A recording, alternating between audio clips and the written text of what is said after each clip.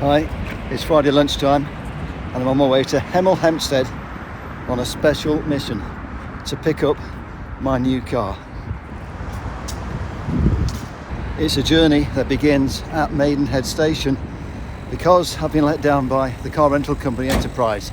They were supposed to pick me up 3 hours ago, but I've given up waiting and I'm going to catch the train instead.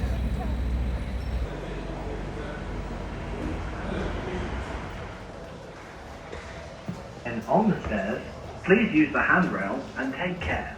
It's going to be a long-winded trip because I've got to go into London, into Paddington, then I've got to get across town to Euston station and then out to Hemel Hempstead. It's a beautiful day, so it was a good walk from home to the station, and now the train's on time and it's just pulling into the platform.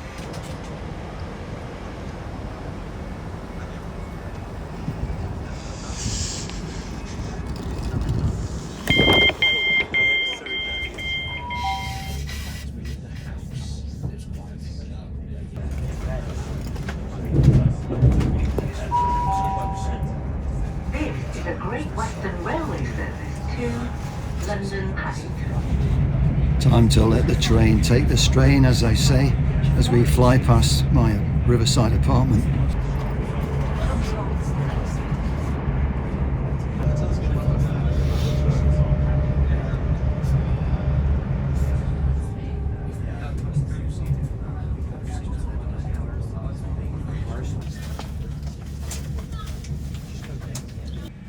Just 24 minutes from Maidenhead, just stopping at Slough.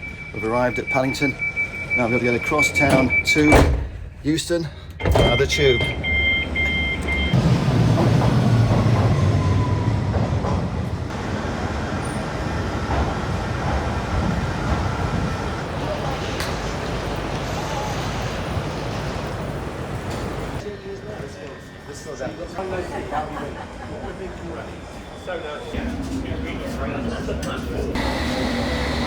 Euston Square, change for London Overground and the National Rail services from Euston.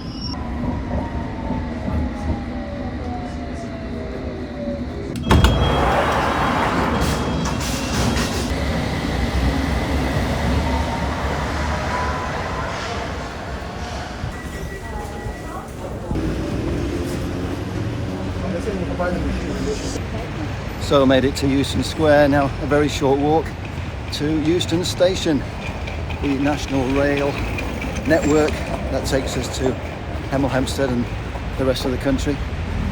Quite often I go to Manchester. I've been to Manchester 3 times on the train in the last few weeks since, I haven't told you yet, I wrote my car off 2 months ago, so I've been relying on public transport and I've been getting well used to the trains and the trams up in Manchester.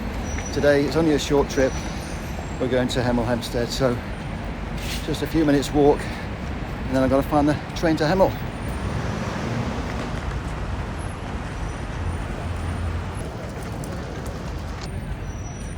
I have to admit, I previously got so used to being in the car that I never really planned my journeys like I do when I'm on public transport, and got to say, when you're organised, it really is easy to get about, especially when you're close to London, because all roads or all rail tracks lead from London to all parts, not just in the UK, but you can easily get out to Europe as well, and public transport is a lot better than it used to be.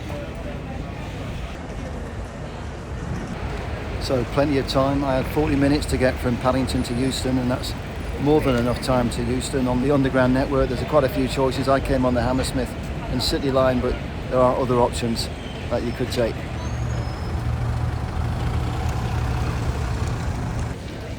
Our train is on the board. It's just been called platform 10. 5 stops on the way to Hemel Hempstead. It's the train to Milton Keynes.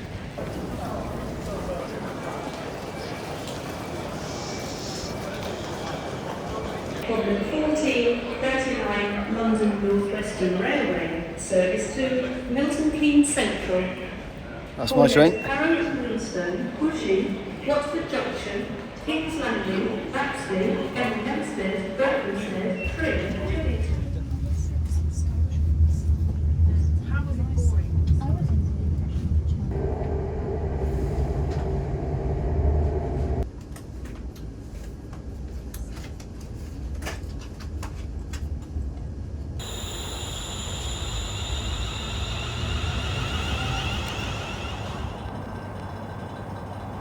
So here we are, Hemel Hempstead. Now I've got a short taxi drive to find Harding's Garage, a former Renault dealership. I'm going to pick up my Renault.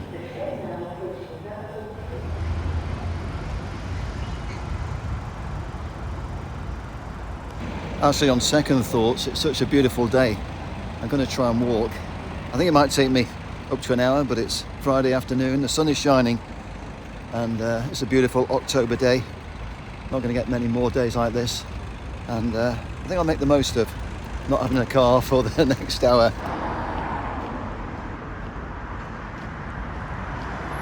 Busy main road, but I think we're going to cut across in a moment and go through a park or some kind of parkland.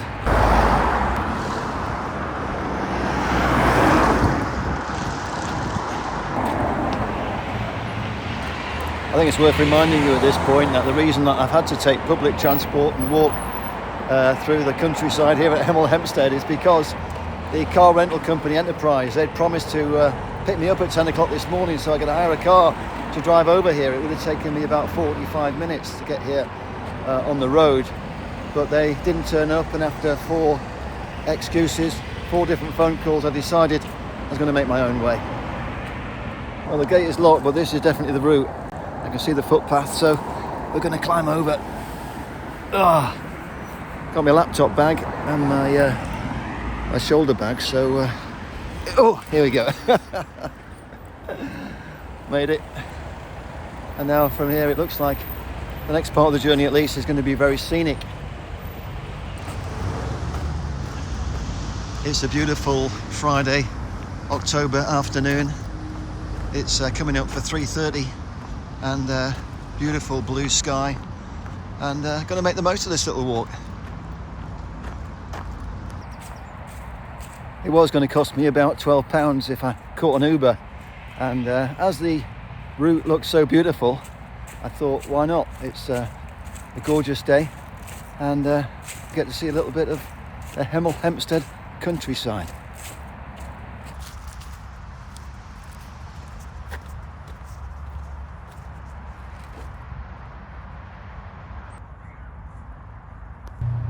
Once again, the gate is locked.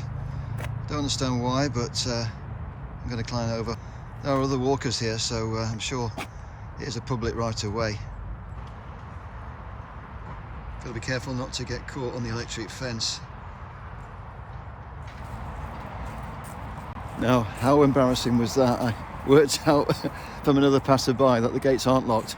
It's just that I hadn't worked out how to open them.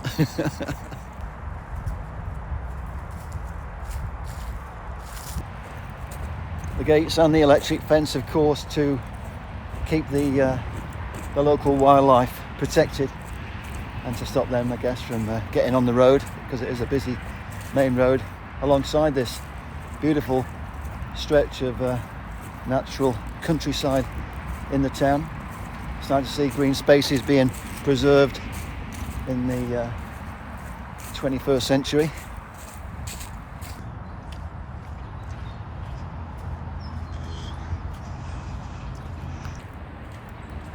Now, if I'd taken the Uber, of course, I would have missed this beautiful walk by this waterway. Anybody who's seen my recent videos will know how I love being beside water, and when I'm up in Manchester, I often take the canal route, the canal side route, when I'm leaving to go into Manchester or Old Trafford, the Mecca, my football ground where my football team plays. We're on international break at the moment, so United aren't playing. England played last night and got beaten by Greece.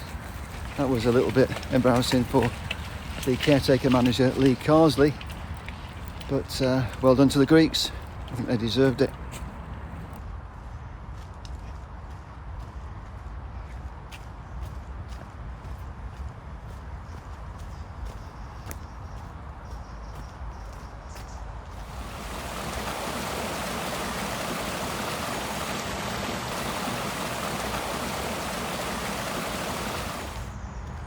Beautiful colours in the autumn in England. Pastel shades, brown and green. is really beautiful. I should stress that I am filming this on my iPhone. As a filmmaker, I really do appreciate modern technology and not having to lug around heavy cameras all the time. A real treat. Lots of beautiful views, and I would have missed all this, as I said earlier. Can't believe it. Wasn't expecting this in Hemel Hempstead. Never been here before, certainly not walking around the countryside. So I've just stopped to check the GPS, and about 45-50 minutes away, and I am running out of time, but I'm going to make the most of this beautiful walk. I think the scenic part is going to be over shortly because I'm going to reach a main road, and even though I'm going to walk alongside this little bit of greenery, I think the second half of the journey is going to be more typical of a town trip on the pedestrian walkways.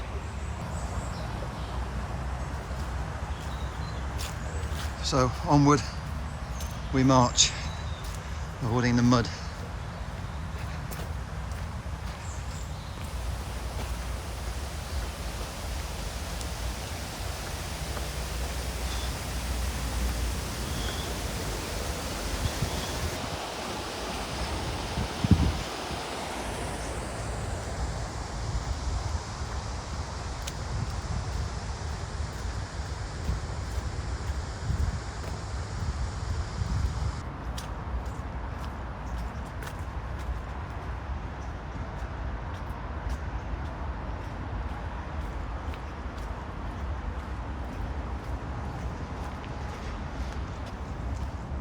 So we leave the waterway and we go to street level. There's the traffic.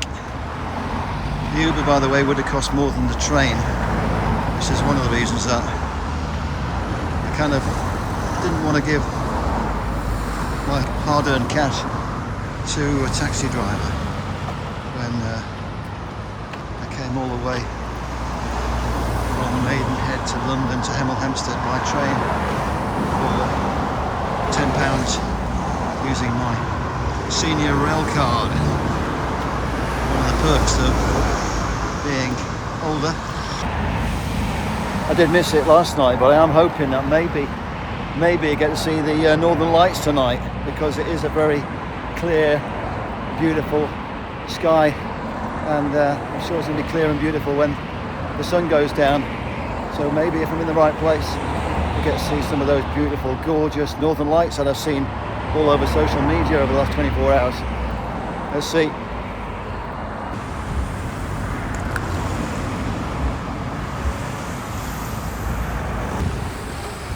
Ironically, we were just walking past Enterprise Rent-A-Car, the guys that let me down. So avoid these guys at all costs because they're unreliable, I'm afraid. And it's much more reliable to get a train and walk.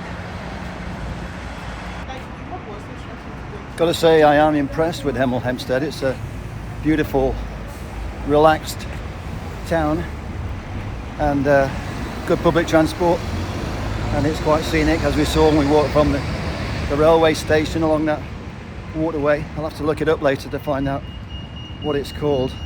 I'll probably put it in the description, but I am enjoying this walk around Hemel Hempstead.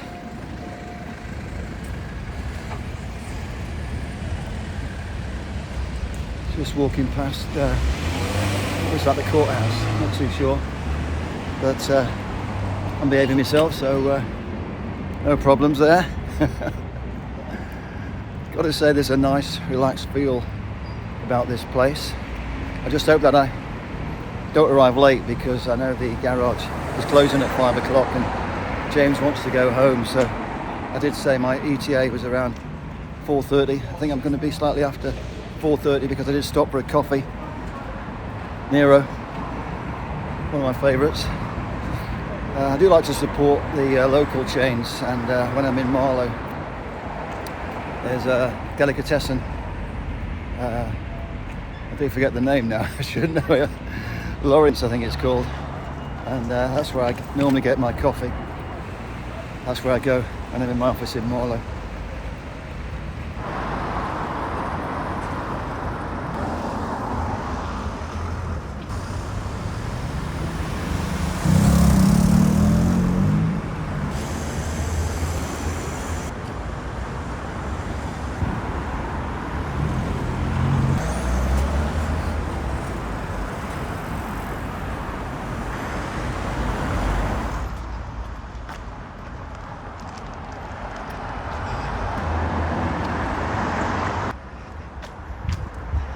I do believe there's a shortage of firemen.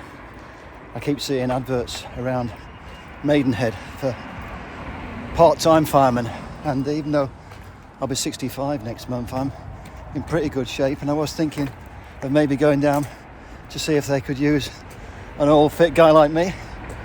It would be pretty good for the old CV, and to impress the local ladies. They all like guys in uniform, and I've never been in a uniform, and can't think of any other uniform that I'd like to wear. Fireman, that's quite appealing. Now then, I was warned that there was a hill at the end of this walk, and that's going to prove my fitness. But that's all part of the fun, to be honest. Over the last 2 months, when I've not had my own car, I do feel that I've been getting super fit. I've missed my 2 nights a week of dancing because it's too difficult to get there without a motor vehicle. But when I've been walking in between those destinations, between tram stops and trains, I have been putting in those steps, as they say, and I do feel a lot fitter. The gradient's increasing. I feel like I'm going up a mountain. Not exactly, but when you've been walking for nearly an hour, definitely feel that uphill at the end. Reminds me of when I went on the London to Brighton bike ride when it very first started decades ago, and I was going there on a very old bicycle, and didn't do too badly until we got near Brighton, and then those final few meters, it was almost like climbing up steps. It was really hard work, but this is not much, to be honest. It's pretty easy. I'm just hamming it up a little bit to pass the time, and still enjoying the beautiful Friday afternoon. Friday, I can't speak. I'm still enjoying the Friday afternoon, October sun, beautiful blue sky, but the temperature not as warm as it was. That's why I'm wrapped up, and I was in bed with a fever over the weekend, so I've had to keep warm today. I don't want to get another chill, but I am feeling pretty fit, and certainly by middle of next week I'll be back out dancing, and I can certainly feel that my legs are strong walking up this little mini hill, and I can see ahead now is the downward bit, so I think I've conquered the peak of the mountain. Now, I did have a little delay because the phone battery went flat, and I had to stop, get the laptop out and charge up the battery so I can carry on filming. But I've now arrived at the garage, Hardings of Hemel Hempstead. Let's go and see if I can find my car.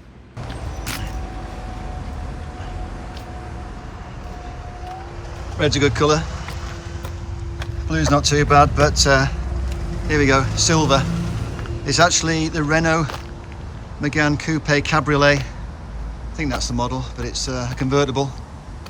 It's the same as the car I had previously. In fact, this is my third go at this model, and I love this car because it's got a panoramic glass roof and it's a convertible.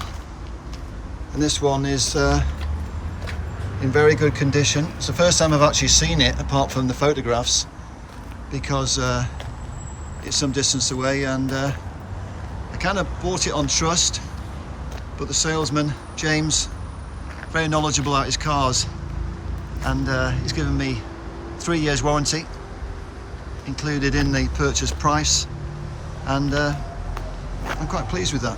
My only doubt about the car is that it's a manual. I've had automatic for the last 3 years and I've got used to not having to change gear, but I think it's probably good that I've got a manual, because it gives me a little bit of a refresher, so to speak, of how to drive properly and not be too lazy. And I have enjoyed driving an automatic, and when I was in America as well, I had a beautiful automatic Nissan, a big car, which you need a big car for the big highways over in America, but here in the UK the roads are quite different, of course. And I've done a test drive in a similar car, a manual, so I do know what it's like driving this car, and hopefully I'll get used to it again when I drive home back to Maidenhead. And there's the phone number, so if you fancy a new Renault or a second-hand Renault like the one I bought, give James a call on this number. While James is doing the paperwork, I'm going to get the trade plates out, so we're good to go.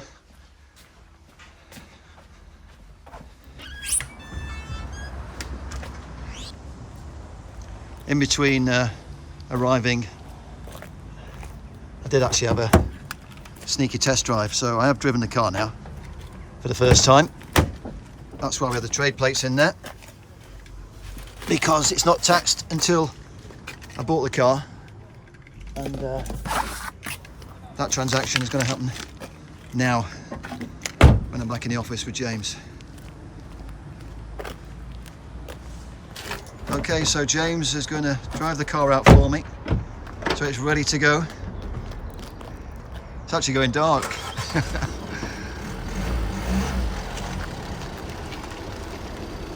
I did park it myself after I did my little test drive. There you go. Looks lovely. Don't think I'm going to put the roof down just now, but trust me, it looks beautiful with the roof down.